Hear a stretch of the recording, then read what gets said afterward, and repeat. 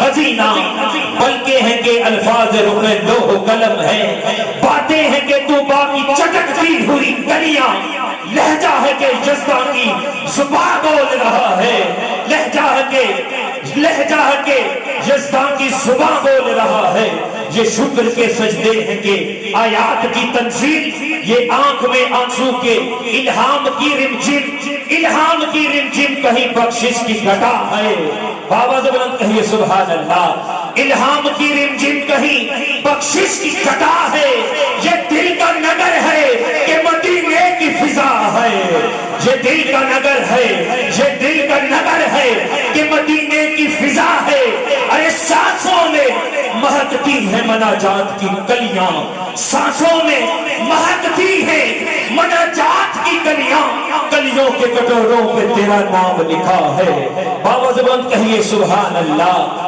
اور بخشش تیرے ابرو کی طرف دیکھ رہی ہے، بخشش تیرے ابرو کی طرف دیکھ رہی ہے، محسن تیرے دربار میں چپ چاپ کھڑا ہے، بخشش تیرے ابرو کی طرف دیکھ رہی ہے، محسن تیرے دربار میں چپ چاپ کھڑا ہے۔ میں التماس گزار ہوں عالم اسلام کی عظیم شخصیت حضور شیخ الاسلام پروفیسر ڈاکٹر محمد طاہر القادری، آپ کے جلوے گوشہ آج کے ہمارے مہمان میری براد ڈاکٹر حسین وحی الدین قادری۔ نعرہ تکبیر، نعرہ رسالت، مقصد کا جو یاد ہے ہمارے سر کا تاج ہے۔ رسوله النبي الأمين المقيم الحنين الكريم الرؤوف الرحيم، أما بعد فأعوذ بالله من الشيطان الرجيم، بسم الله الرحمن الرحيم۔ ألم يعني للذين آمنوا أن تخشوا قلوبهم لذكر الله، صدق الله مولانا العظيم۔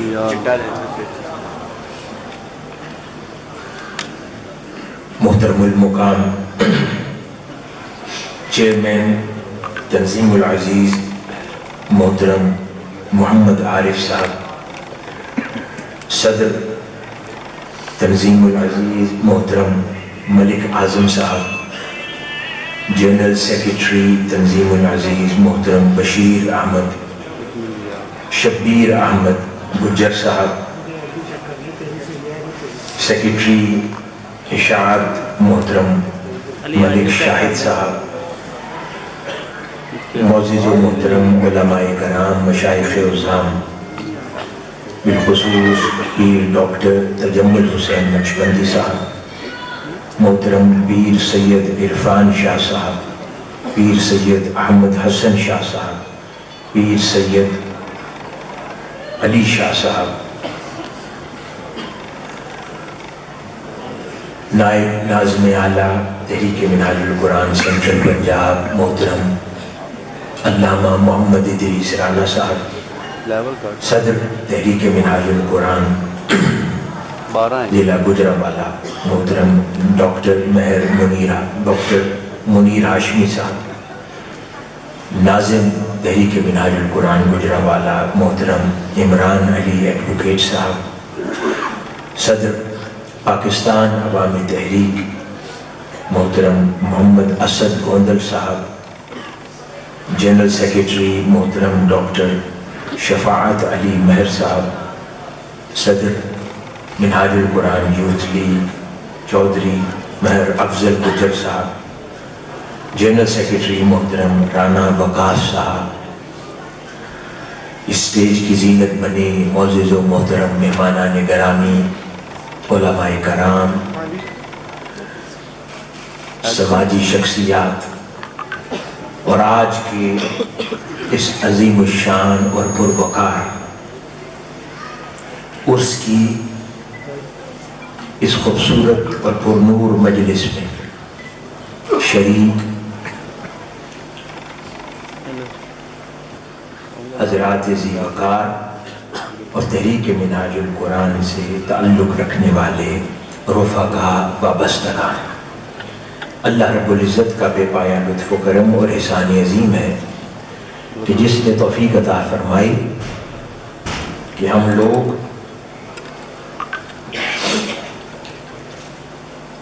خوبصورت درگاہ پر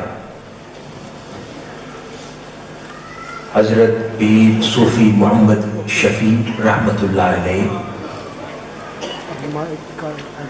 کے عرس مبارک کی اس تقریب اور مجلس سعید میں جمع ہو سکے.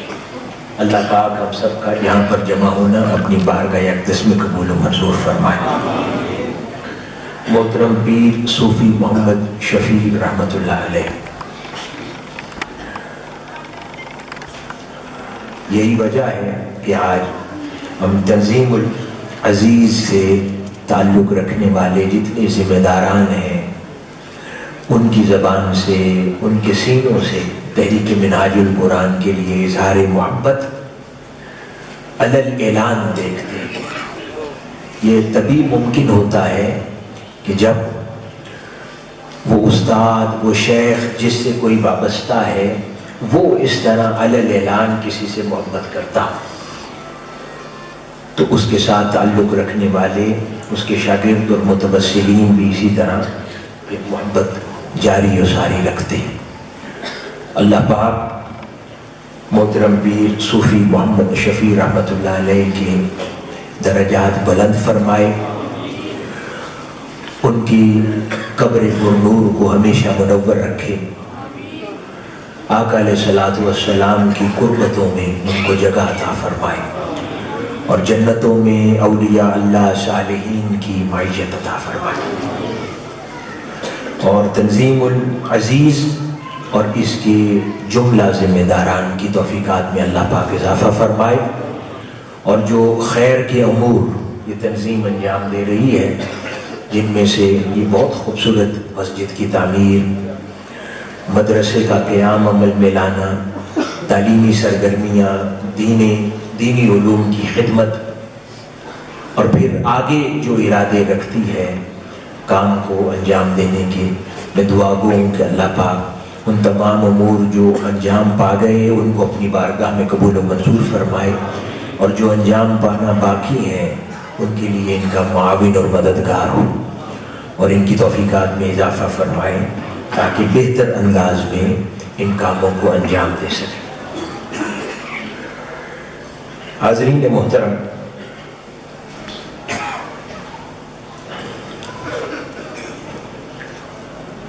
آج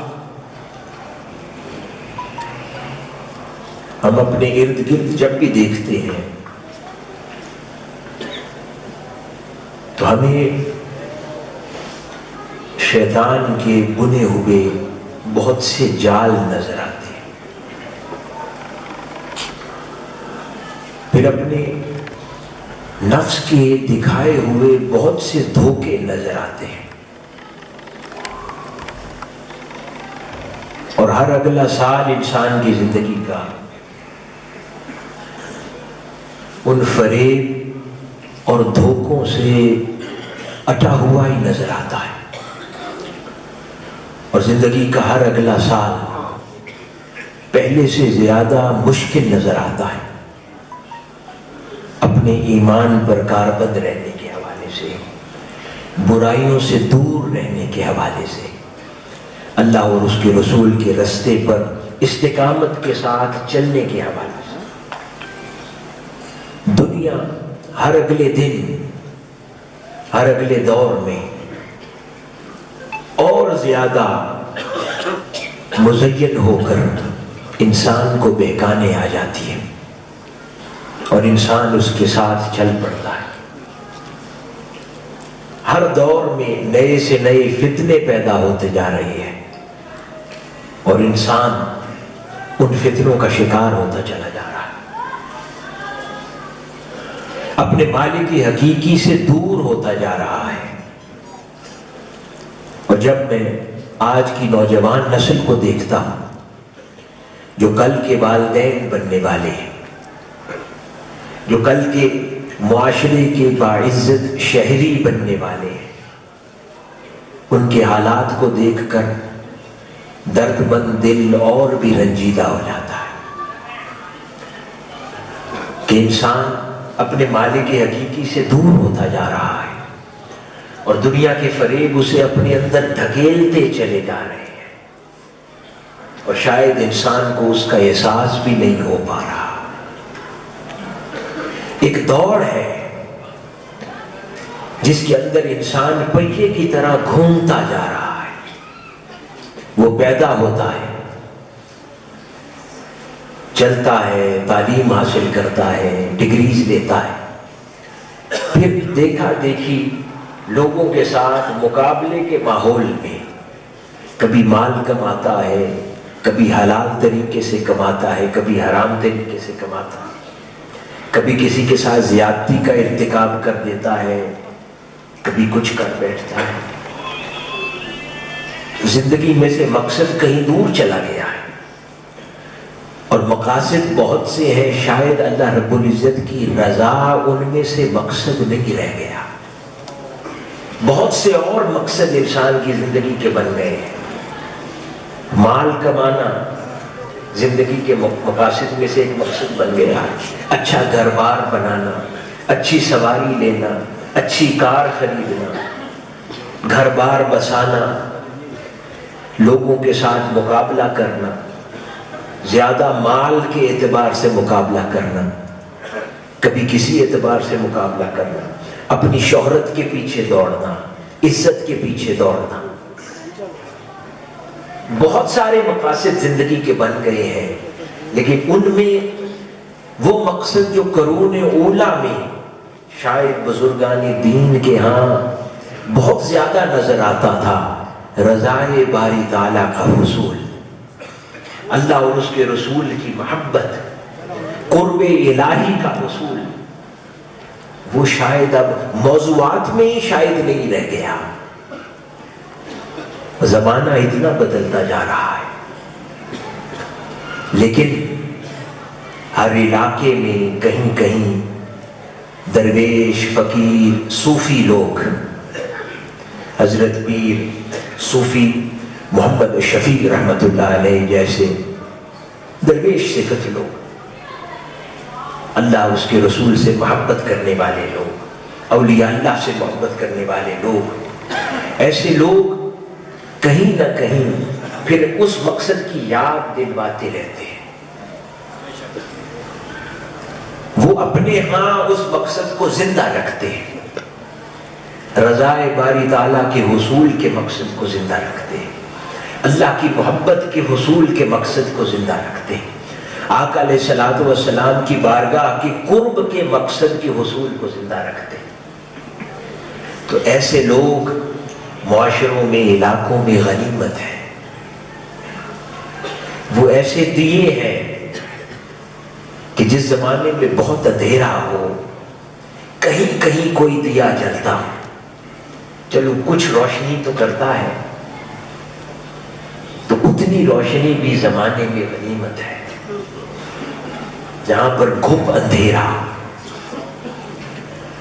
اور وہ اندھیرے کی وجہ سے انسان اپنی منزل نہ دیکھ پا سکتا ہو، اس اندھیرے کی وجہ سے انسان سے اس کا مقصد حیات اوجھل ہو جائے، اس اندھیرے کی وجہ سے انسان سے اس کا مالک کا دامن چھوٹ جائے۔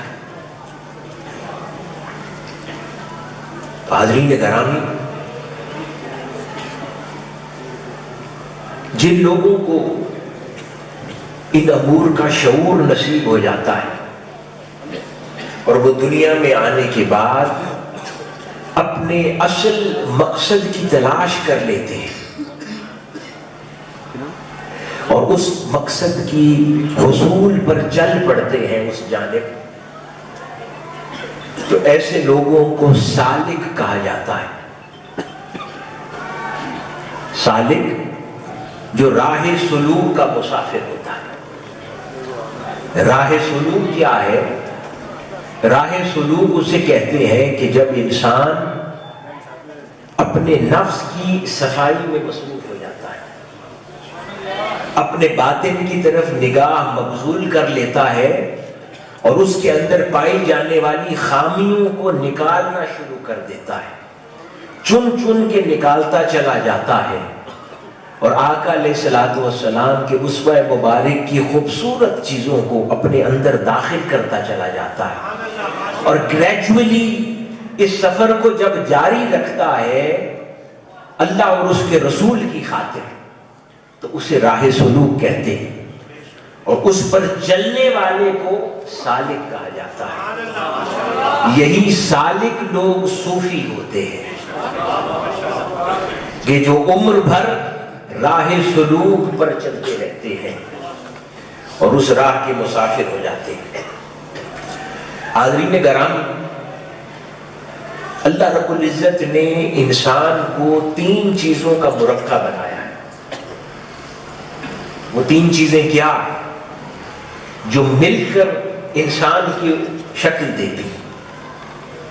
ان میں سے ایک یہ جسم ہے جو گوشت پوست اور ہڈیوں کا بنا ہوا ہے۔ ایک چیز اس کے اندر بسنے والی روح ہے جو اللہ رب العزت نے انسان میں پھونکی ہے، اور تیسری شے اس کا نفس ہے جو انسان کے ساتھ وابستہ رہتا ہے۔ یہ 3 امور مل کر انسان کو تشکیل دے دیتے ہیں۔ اب ان تینوں میں سے جسم وہ شے ہے جسے ہم دیکھتے ہیں،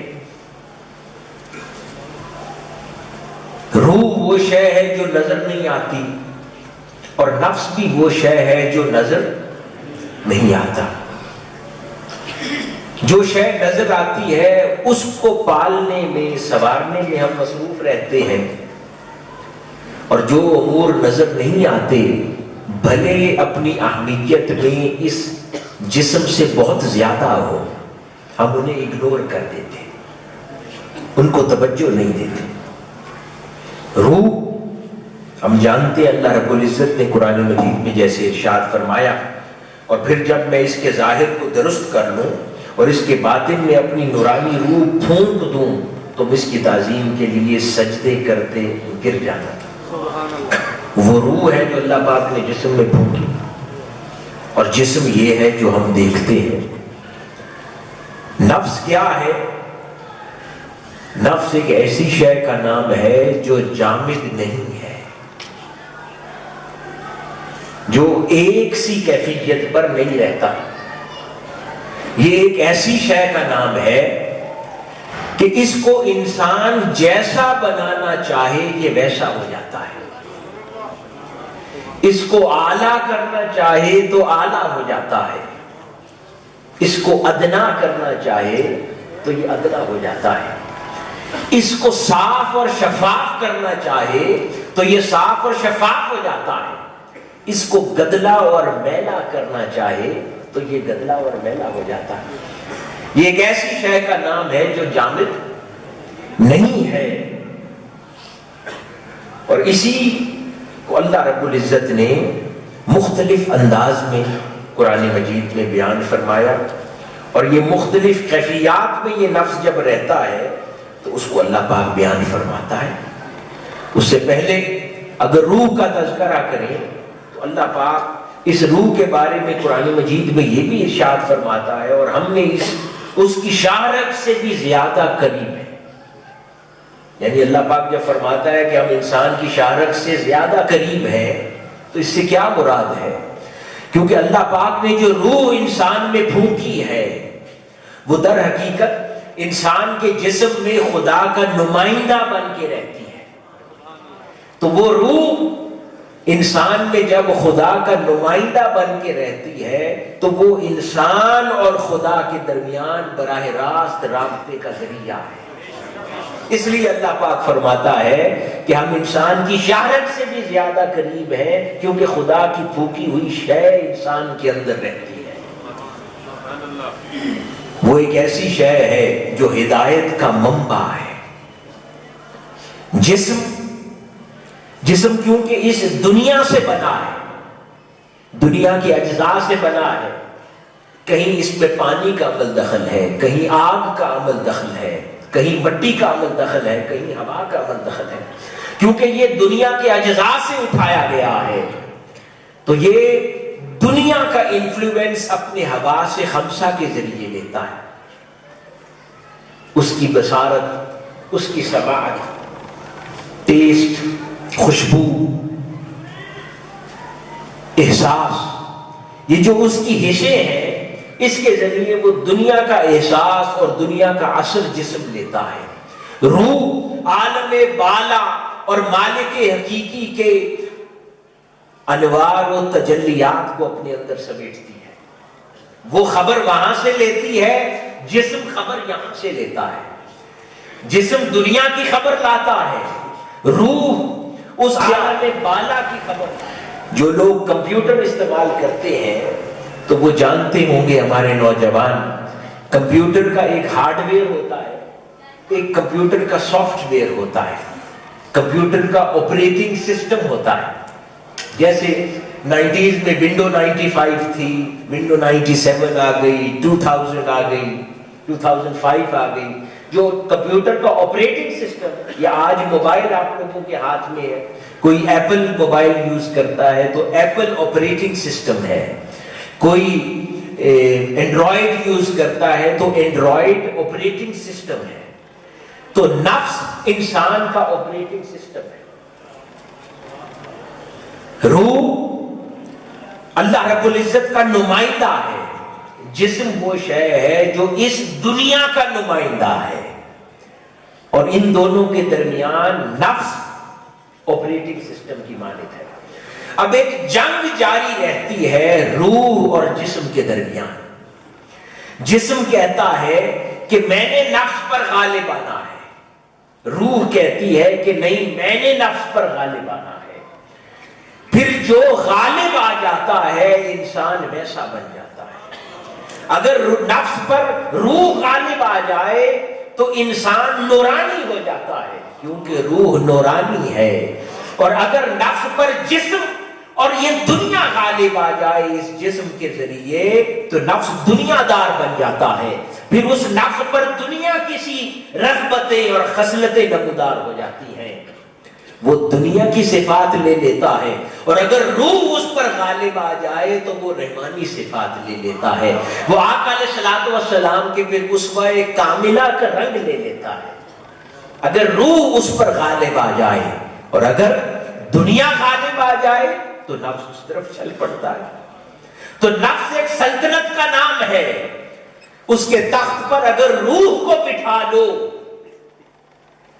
تو اللہ کے بندے ہو، اور اگر اس میدان کے نفس کے تخت پر دنیا کو بٹھا لو اور اس جسم کو بٹھا لو تو اس دنیا کے بندے ہو۔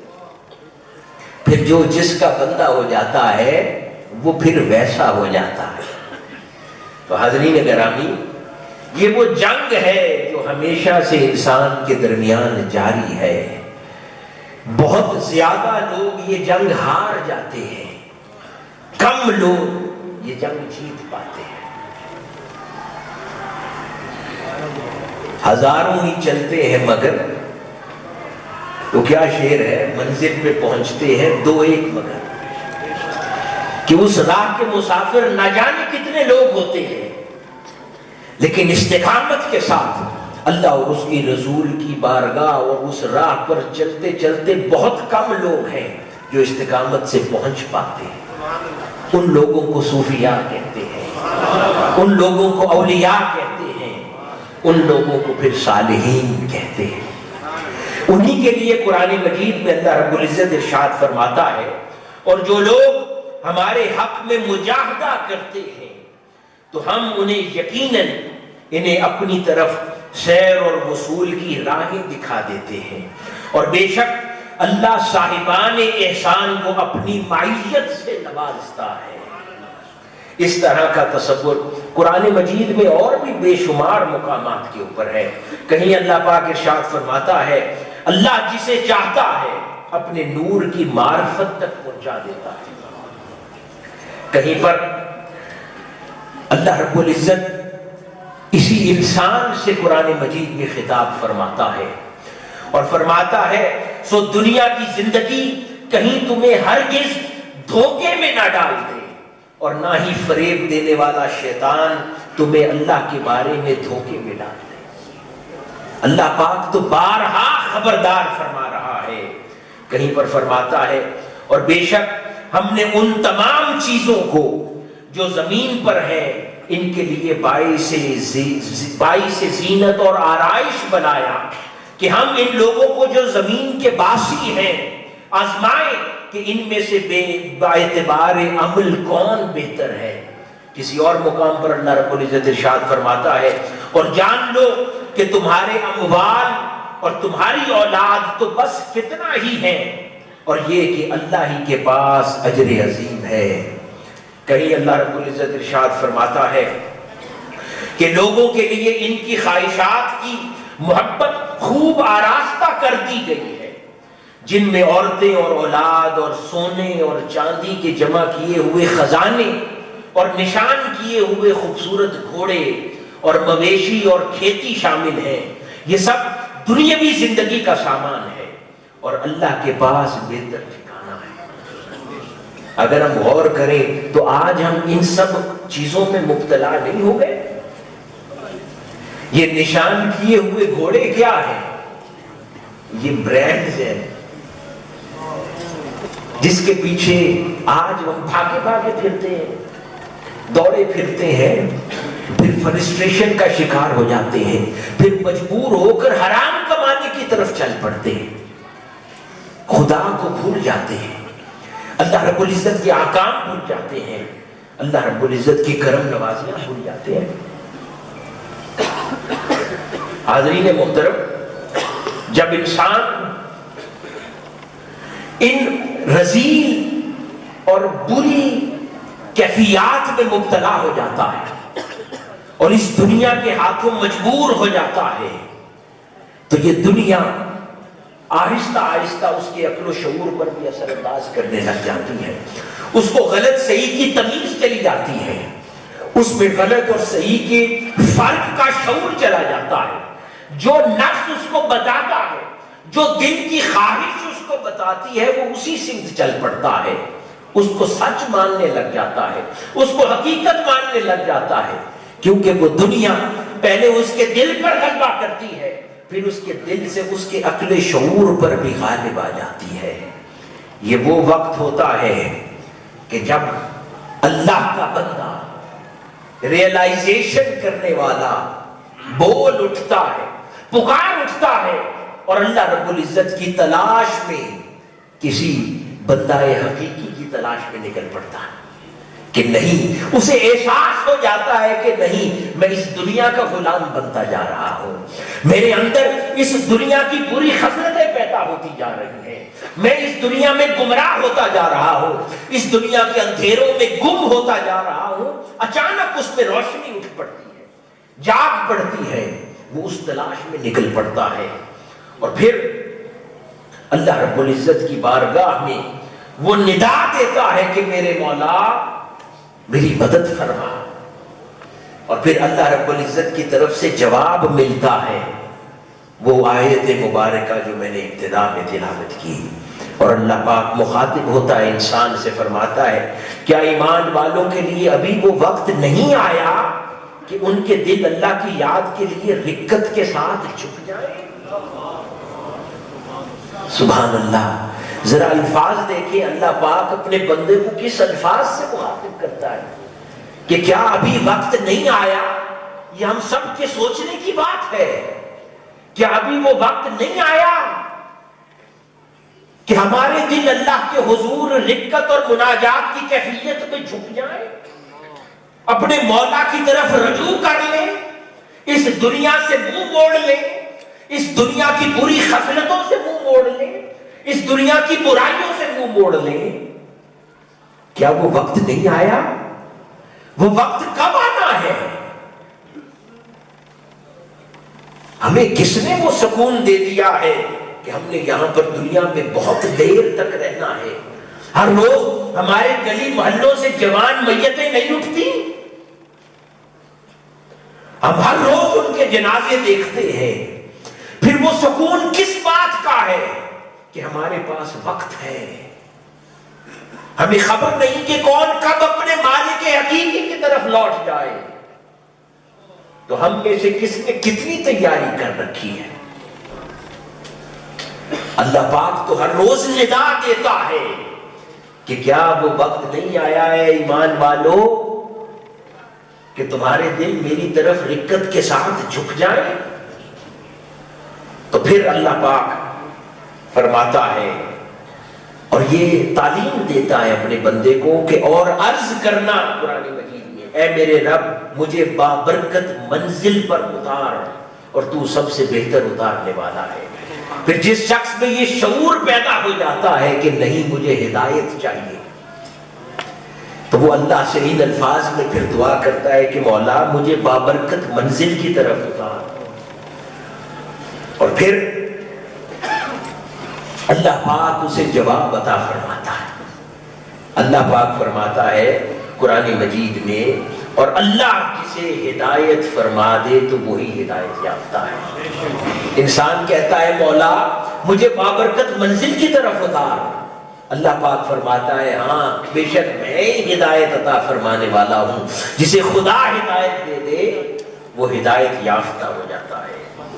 پھر اللہ رب العزت فرماتا ہے، اسی بندے سے پھر خطاب کرتا ہے کہ بے شک تیری طرف تیرے رب کی جانب سے حق آ گیا، سو تو شک کرنے والوں میں سے ہرگز نہ ہو جانا۔ وہ حق کیا ہے؟ وہ حق قرآن مجید کی تعلیمات ہے، وہ حق تاجدار کائنات صلی اللہ علیہ وآلہ وسلم کا اسوہ کاملہ ہے، آقا علیہ الصلوۃ والسلام کی تعلیمات ہے۔ پھر اللہ پاک یعنی اسی انسان سے مخاطب ہو کر فرماتا ہے کہ جب تمہیں حق مل گیا اور اللہ کی راہ میں مجاہدہ کرو، جیسے کہ اس مجاہدے کا حق ہے کہ جب تمہیں راستہ مل جائے، راہ سلوک مل جائے تو پھر زندگی میں مجاہدہ شروع کر دو، زندگی میں محنت شروع کر دو، وہ محنت جیسی محنت کیے جانے کا حق ہے۔ اور پھر انسان جب اس راہ پر چلتا چلتا اپنے نفس کو سنوار لیتا ہے، نفس کی خامیوں سے دور چلا جاتا ہے، تو پھر اللہ پاک فرماتا ہے اور آپ اپنے رب کے نام کا ذکر کرتے رہیں اور اپنے قلب و باطن میں ہر ایک سے ٹوٹ کر اسی پہ ہو جائیں۔ پھر اللہ پاک اسے اگلا درجہ دکھاتا ہے، جو مجاہدہ شروع کیا ہے اب اس منزل میں آگے بڑھ جاؤ، اب صرف میرے ہو جاؤ اس دنیا سے، اور ہر رشتے سے ٹوٹ کے فقط میرے ہو جاؤ۔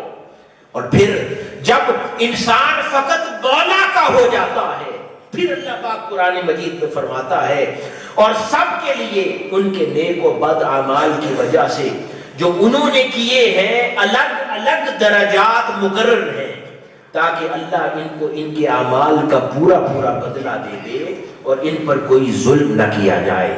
تو پھر اللہ پاک جب اسی کے ٹوٹ کے ہو جاتے ہیں تو پھر اللہ پاک اعلان فرماتا ہے اور فرماتا ہے کہ اب جو جو میرا ہو گیا میں دیکھوں گا کون کتنا میرا ہوا ہے، تو درجہ بدرجہ اس کو اپنے قریب کر لوں گا۔